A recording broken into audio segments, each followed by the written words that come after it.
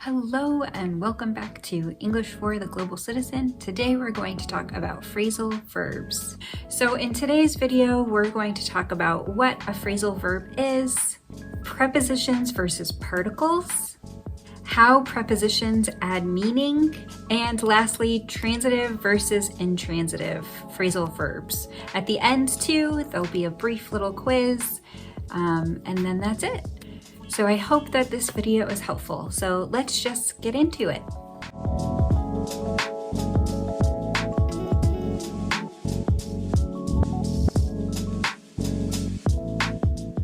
So what is a phrasal verb? Phrasal verbs are combinations of a verb and one or more particles. These particles are often prepositions, words like up, on, out, or off. For example, pick up, as in, I will pick you up at 7, or turn off. Don't forget to turn off the lights. The interesting thing about phrasal verbs is that adding these small words tends to change the word's meaning. So let's explore how these prepositions work. First, prepositions versus particles. In phrasal verbs, prepositions are often called particles. Why? Because their role is different than in a regular sentence. For example, the cat jumped on the table. The word on is the preposition that shows the relationship between the cat and the table. But if you have the phrasal verb hold on, as in hold on for a minute, on doesn't describe a location or direction. Instead, it works with hold to create a whole new meaning. When we have the phrase hold on, it means to wait. So in this example, the word on is then a particle, not a preposition. Understanding this difference will help you decode phrasal verbs a little more easily. In the next part of the video, we're going to talk about how prepositions add meaning. Prepositions in phrasal verbs often bring specific nuances or changes to the verb.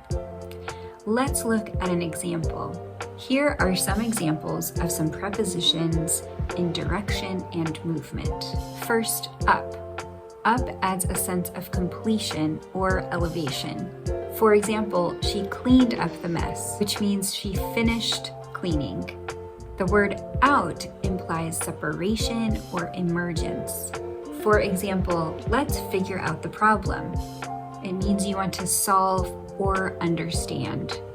So you're emerging or coming out of difficulty. Off suggests disconnection or removal. Turn off the TV. It means stop watching TV. Then there are prepositions that are used in phrasal verbs to express changes in your state of mind or being. For example, the use of on in phrasal verbs often means a continuation or starting. For example, when we say carry on with your work, it means keep going. The word over in a phrasal verb indicates repetition or review. For example, when we say, let's go over the report again, it means we need to review it again. An example of a preposition that shows intensity or diligence when it is attached to a phrasal verb is the word away. The word away suggests something happening continuously or with focus.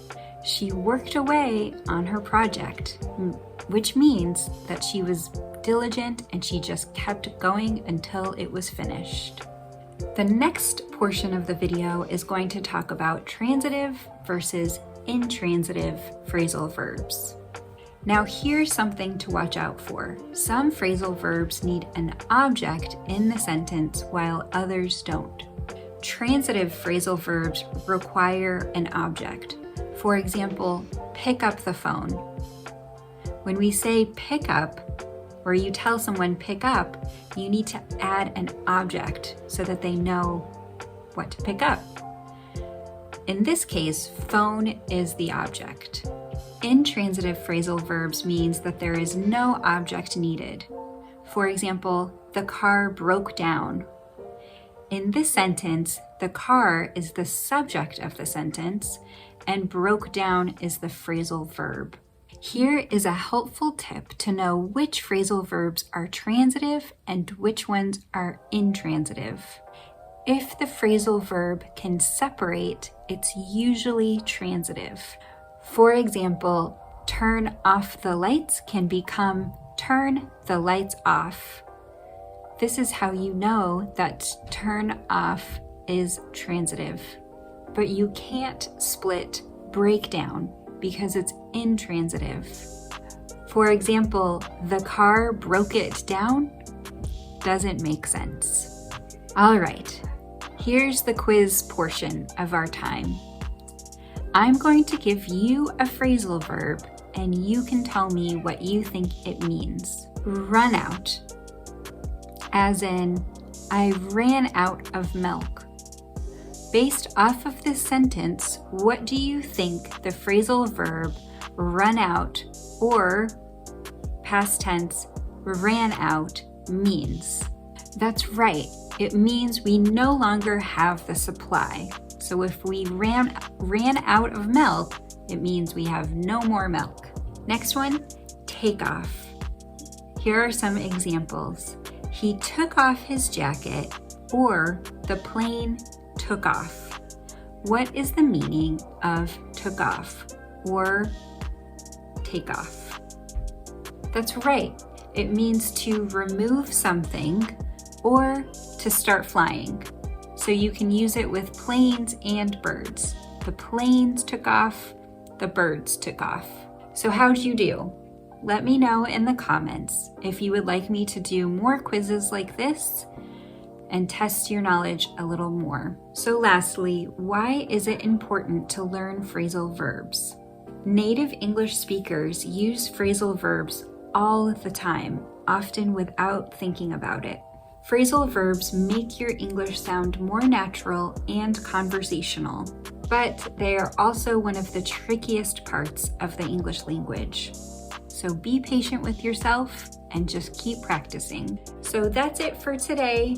Today we learned what phrasal verbs are, how prepositions add meaning, and the difference between transitive and intransitive phrasal verbs. Don't forget to like and subscribe and share this video with friends if you found it helpful. Thanks again, and I'll see you next time.